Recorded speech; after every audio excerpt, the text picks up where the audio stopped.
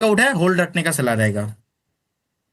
अगला सवाल जो है वो स्नेहा का है। I am a big fan of Anshu sir. NLC India, Tata chemical, JSW energy पे इस लेवल पे क्या बाय कर सकते हैं या नहीं?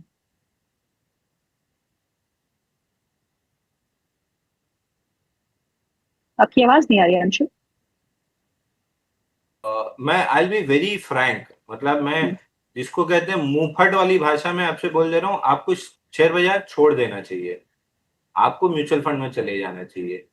क्यों? जब ये सवाल हर जगह आते हैं, हर प्लेटफॉर्म पे। नहीं, इसीलिए बोल रहा हूँ ना कि यहाँ नहीं आना चाहिए था जेएसडब्ल्यू एनर्जी का सवाल।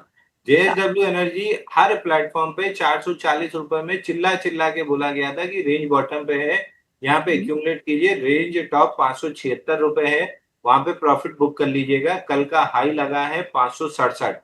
टारगेट आने के बाद अगर आप ये पूछ रहे हैं कि यहाँ पे खरीदना चाहिए, तो आप ही जैसे लोगों को लिक्विडिटी प्रोवाइडर कहा जाता है। अगर आपको नहीं पता है तो मैं आपको बता देता हूँ, जब कोई भी इंस्टीट्यूशन, इनके पास बड़ा पैसा होता है, चाहे वो डीआईआई हो या एफआईआई हो, उनकी टर्मिनोलॉजी में एक शब्द होता है लिक्विडिटी प्रोवाइडर। अगर लिक्विडिटी प्रोवाइडर मार्केट में नहीं रहेगा तो हम पैसा कहाँ से कमाएंगे? वो लॉस करेगा तभी तो हम प्रॉफिट करेंगे। तो आप जैसे ही लोग जो अधूरा सुन के रिस्क मैनेजमेंट, क्वांटिटी कैलकुलेटर और टारगेट पे जाके बाई करते हैं, आप ही लोग लिक्विडिटी प्रोवाइडर हैं, जिसका पैसा डीआईआई जैसे म्यूचुअल फंड इंश्योरेंस कंपनी ले जाती है, तभी वो प्रॉफिट्स कमाते हैं, या फिर वो कौन सा जेन स्ट्रीट जैसे लोग ले जाते हैं। तो आई वुड रिक्वेस्ट, आप म्यूचुअल फंड में दे दो ना, पैसा आप ही का है, आपकी जगह दूसरा मैनेज करेगा और आप ही जैसे किसी दूसरे के लॉस से वो प्रॉफिट कमा के आपको दे देगा।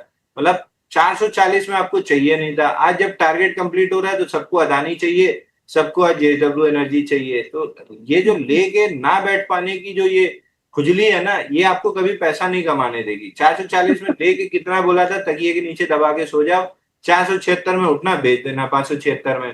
तो अब आप उठ के खरीदने आ रहे हैं, तो आप फिर वही है ना, फिर बोलते हैं कि मैं कड़क भाषा में बात करता हूँ। टाटा केमिकल लास्ट वीक में 660 रुपए के आसपास से हम डिस्कस कर रहे हैं कि 747 आ रहा है, 734 का हाई बन चुका है, 5-10 रुपए का टारगेट बचा है, उतना तो कोई भी छोड़ देता है। तो अब लेने का कोई मतलब है? कोई मतलब नहीं गिरता।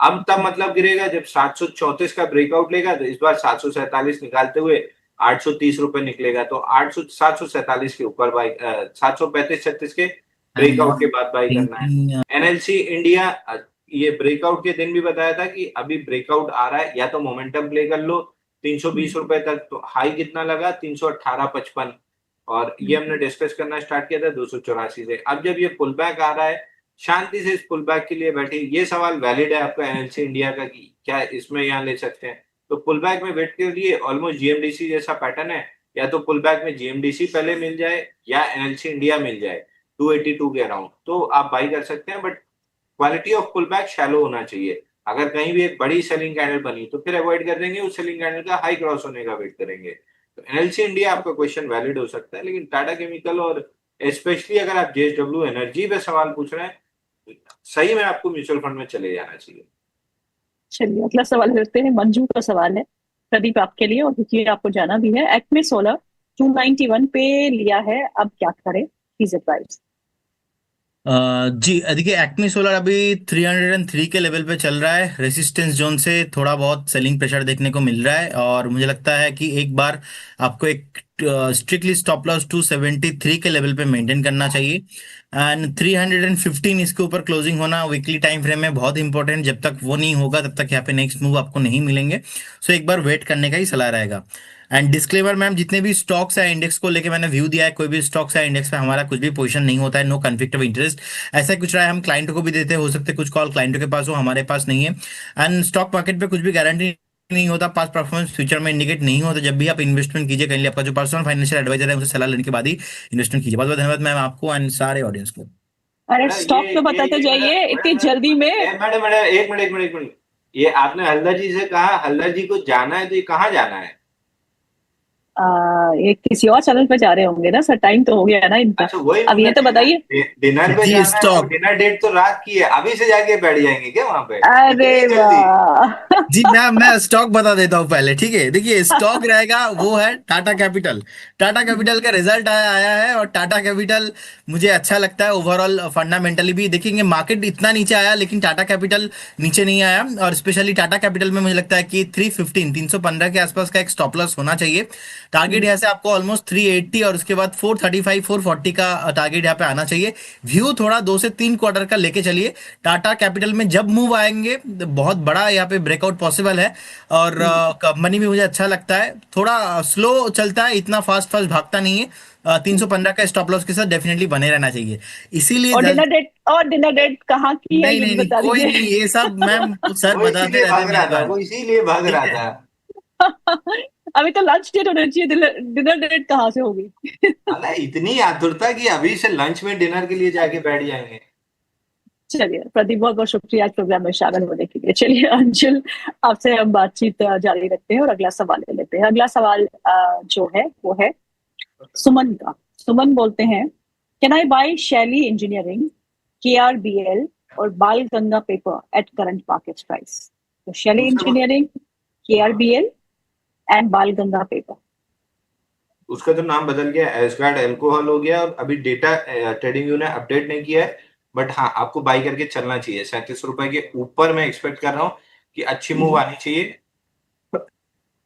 33 रुपए के ऊपर अभी जो लिमिटेड डेटा है वहां पे टारगेट निकल के आ रहा है 42.75। इसमें ट्रेडिंग व्यू को मैंने मेल भी किया है कि पुराना डेटा इंटीग्रेट कर दे, अगर नहीं करते हैं तो फिर मैं एमी ब्रोकर में करूंगा, तब ज्यादा क्लियर पिक्चर निकल के आएगी। दूसरा KRBL बिल्कुल भी नहीं करना है, मेरे को फेलियर लग रहा है, ये वापस से 225 आ सकता है अनटिल प्रूवन रॉन्ग। रॉन्ग कहाँ प्रूव होंगे? 400 रुपए के ऊपर। 400 अगर निकाल दिया तो फिर ये स्टॉक 550 रुपए की तरफ चलेगा। नहीं तो अगर ये स्ट्रक्चर जैसा बना हुआ है ये बना रहा तो मोस्ट लाइकली आपको 276 तक की डाउनसाइड आराम से मिल सकती है। शैली इंजीनियरिंग में कल वॉल्यूम राइज था 315%। ब्रेकआउट जो ब्रेकआउट फेल हुआ था 2198 पे, उसको रिक्लेम करने की कोशिश है। समय दीजिए थोड़ा स्टॉक को। अगर ये यहाँ पे कंसोलिडेशन अच्छी करता है तो फिर जरूर आपको एक मौका मिलेगा। और ठीक है, लास्ट में शो में डिस्कस करेंगे जो स्टॉक मैं लिख लेता हूँ, तब तक भूल जाऊंगा। चलिए ठीक है, और अगला सवाल ले लेते हैं। अगला सवाल जो है वो है निलय का। निलय पूछते हैं, अंशुल जी, वेक्टर फूड्स के सपोर्ट लेवल एंड टारगेट, और सर नोवालिस फार्मा के फंडामेंटल रिसर्च करके प्लीज बता दीजिए। फंडामेंटल रिसर्च भी करते हैं आप अंशुल जी? मैं करता हूँ मैडम, लेकिन मैं बोलता नहीं हूँ। मैं करता है 2-4 चीज के लिए करता हूँ जिसमें अच्छा पैसा मैंने कमाया, अदानी ग्रीन में, रिलायंस में। अभी PPL फार्मा मैंने लिया नहीं है, JSW इंफ्रा मैंने लेना चालू किया है। तो मैं उतना ही करता हूँ जितना मेरी जरूरत है, बाकी ज्ञान बांटने के लिए मैं नहीं करता है। थोड़े बहुत इधर उधर के माइक्रो कैप स्टॉक में जरूर करता हूँ, क्योंकि वेल्थ क्रिएशन मतलब 20 लाख करोड़ का रिलायंस 100 लाख करोड़ का नहीं हो जाएगा ना, 5 गुना पैसा नहीं करेगा। 500 करोड़ की कंपनी 2000 करोड़ की आराम से हो सकती है। और हमने पीछे देखा भी, रिलायंस भी कभी छोटी थी, आज जाके इतना मेगा कैप हुई है। तो मेरा फोकस वो 500 1000 2000 करोड़ की रेंज में रहता है, जहां पे 4 गुना 5 गुना पैसा बनने की उम्मीद रहेगी। But that is the most riskiest segment. तो मैं अपने स्टॉप लॉसेस भी लगाता हूँ जो आप लोग नहीं लगाते हैं। वेक्टर फूड में अगर आपने मुझे सुन के लिया था तो मेरा स्टॉप लॉस कट चुका है, एग्जिट हो चुका हूं, मतलब हम लोग एग्जिट हो चुके हैं। सपोर्ट इमीडिएट 194 है, वो टूटता है तो वापस से स्टॉक डाउन ट्रेंड में चला जाएगा 175 का लो टेस्ट करने के लिए। ब्रेकआउट था, वॉल्यूम पे था, लेकिन फेल हो गया, हमने स्टॉप लॉस काटा, बाहर हो गए। और दूसरा स्टॉक और यही दो तो थे। नोवालिस फार्मा। नोवालिस फार्मा, नोवालिस फार्मा में तो दिख नहीं रहा। NOVELIX लिखा है हमने, नोवालिक्स। नोवेलिक्स फार्मा। ये तो नया IPO स्टॉक दिख रहा है मैडम, अभी डेटा ही इसका कितना है, 17 मार्च 2025 से तो डेटा ही है। उसमें भी बीच बीच में वीकली एक बार ट्रेड होता था क्या? इसका चार्ट भी अजीब सा है, और ये पहली बार मैंने देखा है, मेरे को पता ही नहीं है इसके बारे में। 93 करोड़ की कंपनी है, नहीं इसका आइडिया नहीं है। SME स्टॉक होगा। अच्छा SME से इसमें आया है, नहीं इसका कोई आइडिया नहीं। चलिए अगला सवाल लेते हैं। मोहित का सवाल है, Anshul sir, India bulls 1700 share है उनके पास और प्राइस है 23। एफआईआईज ने अपनी हिस्सेदारी जो है होल्डिंग्स बढ़ाई है। कैन आई एवरेज और start SIP on this stock for next 5 years as FIIs have increased their stake? देखिए, सिप के लिए तो आपको इसका किसी अच्छे फंडामेंटल वाले से चेक कराना होगा। टेक्निकली पीछे वॉल्यूम बहुत बेहतरीन आया है। अप्रैल के स्टार्ट से 8.5 रुपए से 16 रुपए आया है, चूंकि डबल हुआ है। ये वेट करेगा। वीकली मूविंग एवरेज पीछे छूट गए 13.40 पे। उनको कैचअप होने में कम से कम 5 से 6 हफ्ता लगेगा। उसके बाद अगर ये हायर लेवल्स पे मेंटेन करता है तो फिर आराम से ये स्टॉक करीब करीब 22-23 रुपए अनमिटिगेटेड लेवल आता है। पहला 20 पे आता है, 20 क्रॉस होता है तो अनमिटिगेटेड लेवल 29 पे आता है, तो 20 और 29 आ सकता है। बट अगले 4-5 हफ्ते कुछ होगा ऐसा मेरे को लगता नहीं। ओके, सीमा का सवाल है, वो पूछते हैं एल&टी, रिलायंस इंडस्ट्रीज और एचडीएफसी बैंक कितना नीचे और जा सकते हैं, कहाँ पे खरीदारी करनी चाहिए? आज रिलायंस के नतीजे भी है अंशु, और आज स्टॉक लाल निशान में भी कामकाज कर रहा है, तो तीनों तीनों स्टॉक्स पे आपका व्यू क्या हो? रिलायंस तो मैडम आज खुलते ही मैंने नीचे वाली पोजीशन बेची है और पैसा जेएसडब्ल्यू इंफ्रा में कन्वर्ट किया है, तो दोनों पे कोई सवाल जवाब राय नहीं रहेगी। डिस्क्लेमर भले यही है कि रिलायंस नीचे वाली पोजीशन बेच के जेएसडब्ल्यू इंफ्रा में पैसा डाला है, ऊपर वाली रिलायंस की पोजीशन एज इट इज पड़ी हुई है। एचडीएफसी बैंक मेरे को लग रहा है कि बॉटम लगभग हो गया है, क्योंकि गैप पूरी तरीके से फिल हो गया है। अगर ये 770 तोड़ता है तो कुछ डाउनसाइड आपको 760 750 की जोन में मिल सकती है। बट एज एन इन्वेस्टर कोई फर्क नहीं पड़ता 10-20-30 रुपए में। मतलब चिल्लर उठाने 100 के नोट की गड्डी मत गिरा दीजिएगा, रखे रहिए। ऊपर में आराम से 857 और 880 तक जाएगा, वो लेवल पे फिर स्ट्रगल करेगा, धीरे धीरे ऑल टाइम हाई निकल जाएगा। यहाँ पे आपको अपॉर्चुनिटी लॉस हो सकती है। अगर आप एचडीएफसी बैंक रखे रहते हैं तो आपको अपॉर्चुनिटी लॉस हो सकती है, क्योंकि जब तक ये ऑल टाइम हाई मारेगा, ये बैंक निफ्टी के ऑल टाइम हाई लगने के बाद ऑल टाइम हाई मारेगा। बैंक निफ्टी के ऑल टाइम हाई लगने के पहले axis bank all time high मारेगा, फिर एक्सिस बैंक, फिर बैंक निफ्टी, फिर जाके एचडीएफसी बैंक।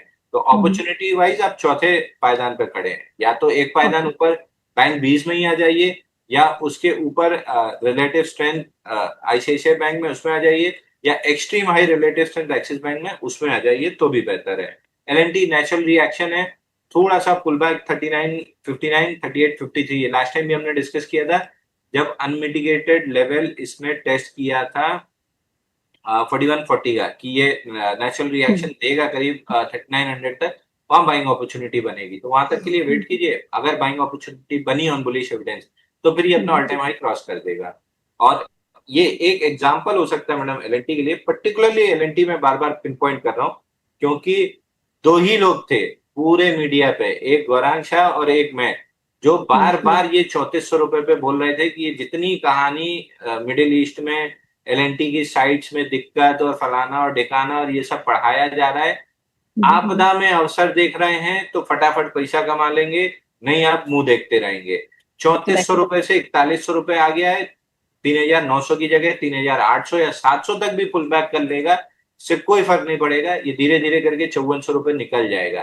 तो अगेन आपको आपदा देखनी है तो कोविड की तरह रोते रहिए। आज बाजार कहाँ का खड़ा है, सबप्राइम क्राइसिस से कहाँ का कहाँ खड़ा है, कोविड से कहाँ का कहाँ खड़ा है। तो ये भी अगले 1 साल बाद कहाँ से कहाँ खड़ा होगा, 1.5 साल बाद। आप आपदा देखते रहिए, हम अवसर ढूंढते रहेंगे। यमीन अहमद का अगला सवाल है, वो पूछते हैं Anshul, I am from test match arena. कहते हैं मैं टेस्ट मैच के जमाने का हूँ, करंट मार्केट जो है वो T20 का है, और सुनील गावस्कर की जैसी पेशेंस जो है वो मैं रखता हूँ। तो 70% एक्सपोजर जो है उनका वो लार्ज कैप कंपनीज में है, 25% मिड कैप कंपनीज में है, और 5% स्मॉल कैप कंपनीज में है। वो आपसे पूछते हैं क्या ये जो एसेट एलोकेशन है ये सही है या इसमें कुछ बदलाव होना चाहिए? देखिए, एसेट एलोकेशन ना रिस्क प्रोफाइलिंग के और बहुत सारी चीजें जानने के बाद इन्वेस्टमेंट एडवाइजर RIA करता है, RA नहीं करता है। मैं RA हूं तो ये मेरे स्कोप के बाहर है, मतलब एक्सपर्टीज के भी बाहर है और कंप्लायंस के भी बाहर है। दूसरी चीज, अगर आपके पास वाकई पेशेंस है, जो कि बहुत अच्छी चीज, मैं अपने कॉन्टेक्स्ट में आपको बता देता हूँ। मेरे पास पेशेंस है। अगर आप पूछे मेरे पास पेशेंस है, मेरा जवाब होगा हाँ। आप पूछे मेरे पास पेशेंस नहीं है, मैं बहुत जल्दीबाजी में रहता हूँ, मेरा जवाब होगा हाँ। दोनों कॉन्ट्राडिक्टरी जवाब है, लेकिन कॉन्टेक्स्ट बदल जाता है। मेरी रिस्क प्रोटेक्शन, कैपिटल प्रोटेक्शन, मतलब capital protection, risk management, quantity calculator, जब इन चीजों पे बात आती है, मैं टेस्ट मैच प्लेयर हूं, मैं राहुल द्रविड़ की तरह द बॉल हूं, मेरी दीवार कोई भेद नहीं सकता रिस्क मैनेजमेंट की। मेरे को वो बिल्कुल स्ट्रिक्ट चाहिए, मेरा पैसा नहीं खोना चाहिए क्योंकि वो मेरे बच्चों का है, उनके भविष्य के लिए वो बहुत जरूरी है। तब मेरे पास राहुल द्रविड़ का पेशेंस है। आई एम दी वॉल, मेरा स्टॉप लॉस कटता है, मैं निर्दयता से काट देता हूं और मैं बहुत चुन चुन के सेटअप्स लेता हूं। अब तो ये सवाल, ये जवाब सही हो गया कि मेरे पास बहुत पेशेंस है। मेरे पास पेशेंस नहीं है, ये जवाब भी सही है, क्योंकि लेने के बाद अगर फटाफट नहीं चला तो फिर मैं इंपेशेंट होने लगता हूँ और मैं इधर उधर जंप करने लगता हूँ। तो मैं इसलिए मोमेंटम वाले स्टॉक्स ही प्ले करता हूँ, मैं बहुत ज्यादा इधर उधर जाता नहीं हूँ। तो अब जब जाके जेएसडब्ल्यू इंफ्रा 240 में मैं कितना बोल रहा था कि आप लोग को भर के रख लेना चाहिए, मैं खुद आके 276 पे खरीदना स्टार्ट कर रहा हूँ। क्यों खरीद रहा हूँ? क्योंकि 240 पे मेरे पास पेशेंस नहीं था, मेरे को नहीं पता था 276 एक ही हफ्ते में आ जाएगा, हो सकता है 3 महीने बाद आता है, लेकिन एक हफ्ते में आ गया। तो ये मोमेंटम शो कर रहा है। तो मैं फर्स्ट लेग ऑफ मोमेंटम छोड़ता हूँ, कंसोलिडेशन का वेट करता हूँ, सेकेंड लेग मोमेंटम प्ले करता हूँ। तो मेरे पास पेशेंस नहीं है, तो मेरे को मोमेंटम चाहिए होता था। तो अगर आपके पास वाकई पेशेंस है तो मेरा एक सजेशन है सिर्फ कि अगर आपके पास वाकई इतना पेशेंस है तो थोड़ा सा कैपिटल प्रिजर्वेशन और इसको रिस्क मैनेजमेंट वगैरह अगर आप पेशेंसली और टाइटली मैनेज कर सकते हैं तो थोड़ा बहुत पैसा ट्रेडिंग में डालिए, आप बहुत अच्छे ट्रेडर बन सकते हैं। ओके, नरसलम का सवाल है, वो पूछते हैं आईटीसी होटल, मंगलम ऑर्गेनिक्स स्टॉक शॉर्ट और लॉन्ग टर्म में कैसे रखते हैं आप? मंगलम ऑर्गेनिक तो दिख ही नहीं रहा, मंगलम इंफ्रा दिख रहा है। हाँ मिला, चलिए मंगलम ऑर्गेनिक मिला। मंगलम ऑर्गेनिक में अभी नहीं, ये बैंक एमएक्स वाला काउंटर है, बल्कि आईपीओ कहना चाहिए। आईपीओ के बाद से कंटिन्यूअस फॉल है, रेक्टेंगल में बन रहा है। जब तक 560 580 जोन वीकली पे क्लोजिंग बेसिस पे पार नहीं होती, ये अपने कंसोलिडेशन में बना रहेगा। लेमन ट्री में पुल बैक के बाद फेलियर हुआ, आईटीसी होटल में भी पुल बैक के बाद फेलियर ही बन रहा है। 20-डे मूविंग एवरेज आखिरी सपोर्ट है 157, टूटा तो ये वापस अपने लो रिविजिट करने जाएगा 142, 144, 50। ओके, चलिए तरुण सागर का सवाल है, वो पूछते हैं फ्यूजियामा के बारे में। एक्चुअली प्रदीप सर ने जवाब दिया था, वो आपसे जवाब मांग रहे हैं। फ्यूजियामा पावर पर अंशुल सर का क्या व्यू है? देखिए, UTL solar again IPO based stock है, आईपीओ बेस्ड ब्रेकआउट है। या तो यहाँ से पोजीशन पील आउट करना स्टार्ट करते जाइए। एटीआर एक्सटेंशन 10 दिखने लगा, 299 टारगेट था, 304 आ गया है, तो यहाँ पे तो सवाल ही नहीं पूछना है। एटीआर एक्सटेंशन 11 है, टारगेट अचीव हो गया है। दो ही काम यहाँ पे हो सकते हैं, तीन हो सकते हैं। पहला, पूरा प्रॉफिट बुक करके निकल जाइए। दूसरा, स्टॉप लॉस मॉडिफाई कर लीजिए 287 पे। तीसरा, जो एक्चुअल में सबसे बेहतरीन है, जो करना चाहिए, 70-75% पोजीशन खाली कर लीजिए, 25% पोजीशन पे 287 का स्टॉप लॉस ले लीजिए। अगर ऊपर गया तो आपके पास 25% पोजीशन रहेगी, उस पर और प्रॉफिट बन जाएगा। अगर पलटा स्टॉप लॉस कटा तो केवल 25% पे जाएगा, 75% पे मैक्सिमम प्रॉफिट निकल आएगा। 240 पे आईपीओ बेस्ड ब्रेकआउट था, 97 डेज का टारगेट 299 कंप्लीट हो चुका है। ओके, अगला सवाल जो है वो श्रवण सिंह का है, वो पूछते हैं कि उनको 3 स्टॉक्स पे आपका व्यू चाहिए। एक है राम रतन वायर्स, दूसरा है इंजीनियर्स इंडिया और तीसरा है पैसा लो फॉर शॉर्ट टर्म। तो 3 स्टॉक्स पे आपका व्यू चाहिए। ये पैसा लो दिए क्या भाई? हाँ, देखना पूरा इंस्टीट्यूशन वॉल्यूम है, कहीं ना कहीं दिए ही हो। अभी शॉर्ट टर्म दिए पैसा लो। स्टैंडर्ड डिस्क्लेमर मैडम, लॉन्ग हो सकते हैं लोग। इसमें 42 के ऊपर बड़ा स्ट्रक्चर का ब्रेकआउट आया है, ऑलमोस्ट 139 डेज का इंस्टीट्यूशन वॉल्यूम था, इसलिए हमारी लिस्ट में था। ब्रेकआउट के बाद ना waging kind of up move है, ये थोड़ी सी अच्छी नहीं है, तो स्टॉप लॉसेस टाइट रखिएगा। 42.9 पे आता है, 42.5 कर लीजिए। अगर ये चला तो ये काउंटर आपको 53.77 और 58, ये दो टारगेट दे सकता है। तो थोड़ा सा अपने हिसाब से पोजीशन मैनेज कर लीजिएगा। इंजीनियर्स इंडिया अच्छी रैली थी, पुल बैक बहुत शैलो है, मूविंग एवरेज 20 छूटा हुआ है 224 पे, पुल बैक ले लेता है या तो, और अभी